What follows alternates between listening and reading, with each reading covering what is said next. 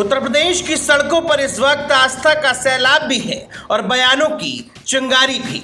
गौ माता को राष्ट्र माता का दर्जा दिलाने के संकल्प के साथ निकले स्वामी अभिमुक्तेश्वरानंद की गौ प्रतिष्ठा धर्म युद्ध यात्रा का आज चौथा दिन है। काशी से चली ये यात्रा जहां भी जा रही है वहां उसका भव्य स्वागत हो रहा है, लेकिन रायबरेली पहुंचते ही शंकराचार्य के तेवर तीखे हो गए। रायबरेली में शंकराचार्य स्वामी अभिमुक्तेश्वरानंद ने सीधे मुख्यमंत्री योगी आदित्यनाथ पर निशाना साधा। उन्होंने सीएम को वेत भोगी बताते हुए कहा कि वो सरकार से तनख्वाह लेते हैं। इतना ही नहीं, शंकराचार्य ने गौवंश को लेकर सरकार की नीतियों पर भी गंभीर आरोप लगाते हुए कहा कि करोड़ों पशुओं को मारकर उनका मांस बेचा जा रहा है। ये बयान सियासी गलियारों में हड़कंप मचाने के लिए काफी है।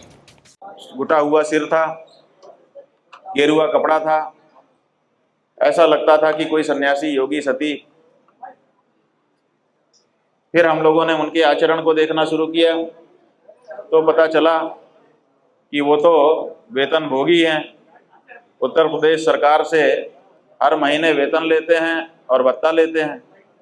तो कोई सन्यासी भत्ता तो वेतन तो लेता नहीं है और भत्ता वेतन लेकर के काम करता नहीं है।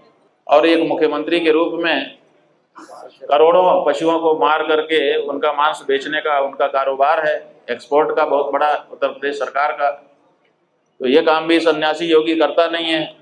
हाल ही में शंकराचार्य पर यौन शोषण का आरोप लगाने वाले आशुतोष ब्रह्मचारी पर हुए हमले को लेकर शंकराचार्य ने दुख जाहिर किया, लेकिन साथ ही तंज कसते हुए कहा कि शौचालय जा रहे थे तब तक तो ठीक थे, लेकिन जब बाहर आए तो दिक्कत हो गई। इस बयान ने पूरे घटनाक्रम पर संदिग्धगी और संदेह दोनों को बढ़ा दिया है। उनको फोटो दिखाया गया उनका, हमको देख करके दुख हुआ, लेकिन फिर जब जो अटेंडेंट है उसका वक्तव्य सुनाया गया, हमको बताया गया, वो कह रहा है कि जब तक शौचालय में जा रहे थे तब तक तो ठीक थे, निकलने के बाद से कह रहे हैं कि दिक्कत हो गई। फिर उनका वक्तव्य भी बताया गया, वो कह रहे हैं कि मैंने टॉयलेट में जा करके अपनी जान बचाई, जैसा कि आप भी कह रहे हैं। इसका मतलब है कि हमला टॉयलेट में नहीं बाहर हुआ है। अब इस विवाद के बीच यात्रा की सुरक्षा को लेकर प्रशासन अलर्ट मोड पर है। भारी सुरक्षा बल के साथ ये यात्रा जौनपुर, सुल्तानपुर, रायबरेली और उन्नाव होते हुए अब लखीमपुर खीरी पहुंच रही है। 11 मार्च यानी कल शंकराचार्य का ये काफिला उत्तर प्रदेश की राजधानी लखनऊ पहुंचेगा, जहां इसके और भव्य होने के आसार लगाए जा रहे हैं।